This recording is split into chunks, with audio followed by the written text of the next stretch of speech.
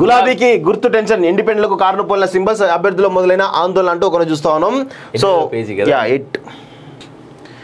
ఇది చాలా స్పష్టంగా గుర్తుపెట్టుకోండి. దీని ద్వారా కారు పార్టీకి అంటే గులాబీ పార్టీకి చాలా పెద్ద ఎత్తున దెబ్బ పడే అవకాశం అయితే చాలా స్పష్టంగా కనబడుతోంది. ఈ లోక్సభ ఎన్నికల్లో సికింద్రాబాద్లో యుగ తులసి పార్టీ అభ్యర్థి శివకుమార్కు రోడ్డు రోలర్ గుర్తును ఈసీ కేటాయించింది. ఈవీఎం మెషిన్లో బీఆర్ఎస్ అభ్యర్థి పద్మారావు గౌడ్ గుర్తు 4వ స్థానంలో ఉండగా రోడ్డు రోలర్ 5వ స్థానం ఉంది. కారును పోలిన గుర్తులు ఒకే చోట ఉండడంతో ఓటర్లలో కన్ఫ్యూజన్ తప్పక ఉంటుందని బీఆర్ఎస్ శ్రేణుల్లో ఆందోళన మొదలైంది. హైదరాబాద్ పార్లమెంట్ నియోజకవర్గంలో స్వతంత్ర అభ్యర్థికి చపాతీ మేకర్ గుర్తును కేటాయించారు. అది కూడా కారు గుర్తును పోలి ఉంది. గుర్తులో గుర్తుంచుకో రామక్క, కారును గుర్తుంచుకో రామక్క పాట అసెంబ్లీ ఎన్నికల వేళ ఎంతగానో ఫేమస్ అయింది.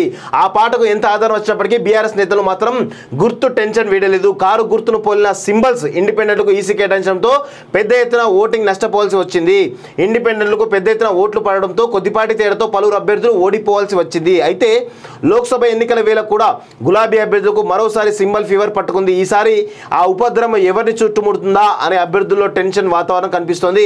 అయితే కారును పోలిన గుర్తులు కేటాయించవద్దని బీఆర్ఎస్ పార్టీ ఈసీకి రిక్వెస్ట్ పెట్టుకున్నప్పటికీ మరోసారి అవే గుర్తులు స్వతంత్ర అభ్యర్థులకు కేటాయించింది.